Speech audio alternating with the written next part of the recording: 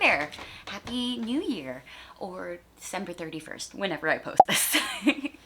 My name is Vicky. I am an illustrator and art director in Brooklyn, and I love the videos of everybody doing their reset, their monthly reset, yearly reset, and I figure it's time for me to join in on that. We are going to be doing a 2024 yearly reset, goal setting, resolution setting, refresh. So I have been doing a lot of monthly and yearly resets and goals all my life. I normally open a Word doc, or in this case a Google doc, and will just write them in columns with the checkbox and set myself up essentially for failure. I have always set hyper-specific and often not quite doable goals for the year or the month. When I write the goals, I'm excited, I'm energized, I think I can do this. But in practice, I normally forget the limitations of my body. I normally forget how my job and my pets and my life, just being social or anything like that, will hinder those goals. And with this video, I am hoping to vocalize for myself, hold myself accountable, and also maybe give you some tips about what I'm doing. Maybe you'll find them helpful, maybe you won't, but I appreciate you being here. I started my YouTube channel last month with a Vlogmas attempt. We did our best, but we're gonna start off the new year riding that energy. So with this video, I am going to go through my goals, my resolutions, the new habits I want to form for 2024, and maybe provide you with some tips that could help you out. But yeah, I love the reset videos. They all use Notion, and I am not very good at Notion, so we're gonna be mostly using our Google Drive documents to help us out with this. I have been especially inspired by Alexis Eldredge's Notion reset videos, and she does provide a template, so I'm going to link her most recent. If you want to do this via Notion, please watch her videos and subscribe to her. She's lovely. But let's get into my goals. So I am going to set up this video in two different ways. I'm going to work on my daily habits that I want to do every day, and the yearly goals and resolutions that I want to tackle through the year. And both I am going to apply adjustments that I think will make all of this possible. So let us start with the daily habits. My first tip is that for any of these kind of goal setting or whatever is to find the right format to track it. Again, some people use Notion. For myself, I have been going on Etsy and looking up their Google Sheet templates for budgeting, for goal setting and tracking. They make the artists on Etsy make these hyper detailed, beautiful looking spreadsheet templates for you to, they're usually, sometimes they're like $3, where they put in the calculations, and you could put in this goal and check it off, and they say, these are the goals you they put in the special sheets calculations in there, so it's all super organized. I am not a type A person. I do not have the time to make it as detailed and organized as them, so I appreciate their work. I'm going to link down below the ones I'm using. We are going to start with the daily tracker. Every day I make a to-do list, usually on a piece of paper, and what has been helping me is, another tip, is putting small tasks on your daily agenda. And what do I mean by small tasks? I mean the things you need to do every day, you were gonna do. You don't exactly need a reminder, but it is quite helpful to check that off during the day, to maybe set times when you do it, make it a little more organized. Usually don't forget to take my meds. I am a type 1 diabetic and have a fun cocktail of mental things. I usually don't forget that, but it is nice to check it off and be like, okay, I took my mood stabilizer today. I have a long-acting insulin I have to take once a day, as opposed to the short-acting, which I take multiple times a day. Check it off. I took my long-acting insulin. That is done. At the end of the day, it feels really good to have just done that. Small tasks, you feel accomplished, right? Hey there, Editing Vicky. Just here to say, after reviewing the footage from this segment, I actually didn't say anything new or nuanced about daily habits. I kind of just explained what they are and have always been. So I'm going to rephrase this tip.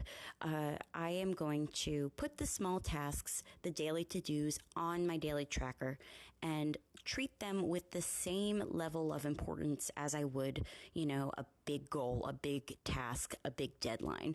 Because at the end of the day, I might not have gotten any big thing done, but instead of being down on myself, I'm going to say, you know what? I took my meds, I did this and that's important, and I should still be proud of that. Anyway, that's all. I would write it down and I would check it off. Other things, again, small tasks are the daily tasks. Make my bed. When I take off clothes, put them in the laundry basket. I live alone. You develop not so great habits when you live alone. Make sure the dishes are done so they don't pile up. Work on my budget. Track what I've spent that day. Things like that. Drink water. Again, I don't need a reminder, but God, does it feel good to know I've done it. Another thing I like for habit tracking is the app Habitica, where it's like an RPG and you can set your daily tasks and get coins for dressing up your avatar. It's cute and fun little theme for it. But for me, I am using the Etsy sheets. So let's get on to our yearly goals tracker. Again, this is my biggest challenge because I tend to overestimate what I can do in a year. And I've tend to, in past years, make it all about productivity, make it all about doing a complete 180 on my life, on my body, on my career. That's not really fair. Like, life happens, and sometimes you're really busy one month, sometimes your life goes in a way you couldn't expect and you can't get these goals done. So while these are the yearly goals, another tip I have is to reassess them every month. I have my yearly goals, and what I'll also do is put in my spreadsheet goals for January. See how I do in January, fix it for February, etc. For this document, there are ones on Etsy that are quite nice, but for myself, I know that again, not a type A person, they are way too hyper specific for me. They want you to track, a lot of them will track the progress and long-term goals and short-term goals and like all these things that I don't really care to put in there, but they are cool. I'm gonna post one that I do consider buying. For myself though, I made a silly little template, and as you can see, it's very simple. I will copy paste this for each month, but I am also trying to learn how to do that. So let's start off with 2024. Another tip, a lot of times instead of a list of goals, also set up a mantra or a word that can help guide you. I don't quite have a mantra for this year, but I do like the concept of a word that can guide your year or your month. Maddie Dragsbaek does this, forgive me if I mess that up, and she had been talking about how her word for last year had helped guide her. She's still working on a word for this year, but I'm also gonna apply this month to month. Change up the mantras, change up the word as I need. That'll be what I do. I don't know my word for 2024, if I have one, but I do know my word for January, and that is reboot. Different than refresh. Thinking of it as like the same hardware is there. The software has been elevated, right? But it's a fresh start. I will metaphorically rearrange the apps, see where I go, but it's a reboot to work at my best settings. That's enough of that metaphor. I want to explain how I'm setting up my goals while I'm not doing hyper specific monitoring of it. I have set 2 levels for the goal I can look at. The first one is the Danny DeVito goal, meaning that these are maybe more short term and maybe a little less effort, but they are doable, and it's me being kind to myself, and it's me prioritizing a lot of the joy of it, like how Danny DeVito gives me joy, and he's a wonderful person. The other is the girl boss goal, which maybe I'll think of a better name for, but these are my old way of doing it. They are productive, they're a little more aggressive, they're a little more focusing time on it, and maybe pushing myself when I don't want to. Now, I am not setting myself up to do these, but if I find the energy, if I find the want, I can do them, right? One of my goals is doing low spend months. Maybe not every month. I'll be doing it in January, which I'm going to make a video at the end of the month how I did. The low spend Danny DeVito goal is, making more food for myself, paying in cash, small things like that. The girl boss goal of that is no Ubers, no eating out. They are more aggressive, and most likely I won't do them, but they will help me spend less. I also do have a goal of bringing down my debt. The Danny DeVito goal for that is to make sure I am just making sure I'm paying over the monthly minimum, which I do, but just to always make sure I do it. The girl boss goal is $10,000 paid off by the end of the year. Yes, I am in a lot of credit card debt. I say the number to hold myself accountable, and a reminder, don't get yourself in credit card debt. So again, goals that are kinder to myself, that are more doable, maybe not as aggressive, and goals that I want to do, but I will be kind to myself if I cannot do them. The way I am setting up these goals is by doing two things. Number one, or number whatever of these tips, is simplifying large goals and specifying small goals to actually finish them. And the other thing I'm doing is rewording past goals to make them more doable. And this part is simplifying. So how I am setting up my goals is mostly in the wording. And here's what I mean by that. Simplifying large goals is making them a little less based on a date, based on an end game. Again, they're less girl boss and more Danny DeVito. I am also changing the language of these goals to make them more doable. See this guy?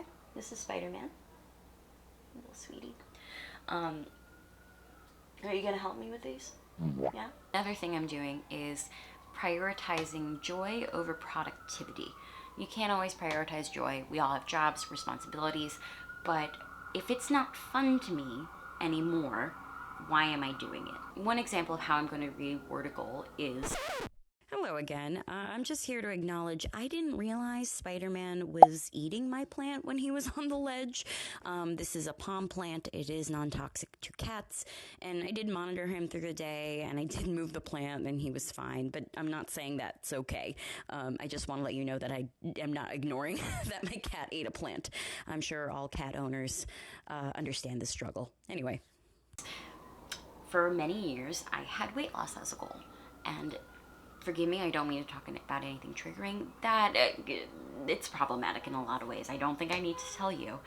How I'm going to reword it is by focusing more on, again, the joy. Where can I find joy? And feeling good. And listen, I am all about body neutrality. Do what you want with your body. You have the right to not like your body sometimes, so long as you are not indulging in dangerous habits. That's all I'll say about that. But I want to tone my arms. I think that'd be really fun. I want to, maybe weight lift, get a little stronger. I want to learn how to do a split. Because kind of wouldn't it be cool to just pop out a split at a party? And I kind of want to learn to run. Chelsea Callahan's videos on her marathon training, link below, were really inspiring to me. And this is big because I've never wanted to run before, so I'll try to run. Nothing specific here, just work on that. It's not I want to learn my split in 30 days, which seems too soon. I'm not even doing I want to run a 5K. I just want to learn, and I can learn at my pace, and I can stop it when I don't like it, and start it when I do, right? Another thing I am going to make a little vaguer is my YouTube goals. Last year I had so many specific, post X videos a month. And I only started my channel in December of last year, so I didn't exactly do that. So we're removing that pressure. Just work on your YouTube video. Nothing specific. I do have goals, other things I want to do, but the year goal is work on your YouTube channel like I am now. It would be nice to be monetized by the end of the year. I'd love to at least get 100 followers, but no pressure. Do it because I like it. The same goes for podcast. Last year I wanted to set up a podcast and post 6 episodes a year and do this and this. Work on a podcast. That's it. Me and my friend actually, we're going to start this year a podcast about the television show Once Upon a Time, which is one of our favorite and one of the most insane shows I've ever watched, and it's incredible, and we love it. No pressure to post. It's a small venture now. If you want to subscribe to it, link below. Where I'm specifying goals is I'm choosing to specify the small ones. Similar to my daily habits, these are more long term. So actually a vague goal I had last year was to read more. I've never been the most avid reader. I enjoy reading, but there's this thing when you're an artist that when you have a spare moment, you should be drawing. Put a pin in that for a little later. So I just never prioritized reading. And in past years, I wanted to. And I think it became a struggle because I was doing it to feel cultured and smart and to prove that, as opposed to just liking the book. So I've made smaller specific goals for each month. And I've also tried to lose who cares, if you read a book a year, you still read. It's okay. My smaller specific goals are a way for me to, gain some culture, expand my cultural knowledge without the pressure of finishing a book. So I am going to watch 2 new movies a month. This is an hour and a half, at most 3 hours I'm using. I don't tend to watch a lot of new movies. I tend to repeat, my comfort movies, so this is a good one. But again, watching movies, I invite a friend over. We hang. It's socialization and getting that goal done. I want to listen to 3 new albums a month. Again, maybe an hour and a half. But again, but I also similar to movies, I tend to stick with my comfort albums, the things I've been listening to for 10 years. This was the first year my Spotify Wrapped didn't have Streetlight Manifesto on it, and while that's a little growth, it did have Taylor Swift taking the spot. So it goes. But expanding that's I could listen to an album in the commute into work. It's nothing. I have the time for it. Why not? And also starting a new television show once a month. I'm gonna avoid watching New Girl again and maybe start with any of these series that have come out this year. Last year my friends would come over and we would watch an episode of One Tree Hill, which I've never seen, and it was really fun. So maybe more consistent watching. These goals are specific, but they're doable and they're fun. And you know what? I will get into an audiobook here and there. I am a part of a book club, but let's remove that pressure. Last thing I'm going to talk about with my yearly goals is my art career. And here is where I struggle the most, because I have to be the most productive person ever. I always think I need to do the most. I need to expand my career. I need to be famous. I need to do this and that. There's a lot of competition in the illustration world. And there's a lot of people producing incredible art all the time. And good for them. I don't live their life, they don't live mine. So why am I comparing that? These are things that we're working through. But what I want to do is make more reasonable goals for art that makes me fall in love with it again. The truth is I have monetized my passion as an illustrator and an art director, and that's led to pieces I don't like, me stressing over finishing a piece of illustration, over enjoying it. So I used to have goals of do 2 art pieces a month and submit to 10 art directors a week, something insane stuff. The goal right now is I'm going to do 1 piece a month, but I'm also going to try and live stream it or do a draw with me.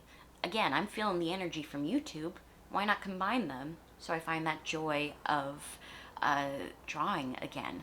I think I'm going to do either just a sketch video, or I make each zodiac creature. There is no shortage of illustrations of the 12 zodiac symbols, but it's something very low stakes for me. It's something that doesn't have to be great. So let me fall in love with it again by not pressuring myself. So I think that's it for right now. I hope these tips help you out. I hope whatever plans you have for this year, they really help fulfill you. And I encourage you to reassess them as you go along. I'd say once every month, start a new goal sheet, add and subtract the ones that work and don't. But also, please be kind to yourself. You are a person, you have a life. I don't know your life.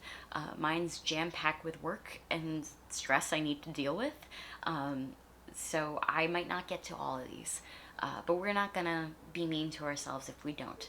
This should be exciting, right? If you had a not so great 2023, I really hope things turn around for you in 2024. Enjoy the newness as much as you can. Enjoy the clean slate. But yeah, thanks for watching this video. Again, I would love if you like and subscribe. I want to do more art-related, art tips, etc., and some vlogs. But I'm just glad to have you. Happy New Year. See you soon.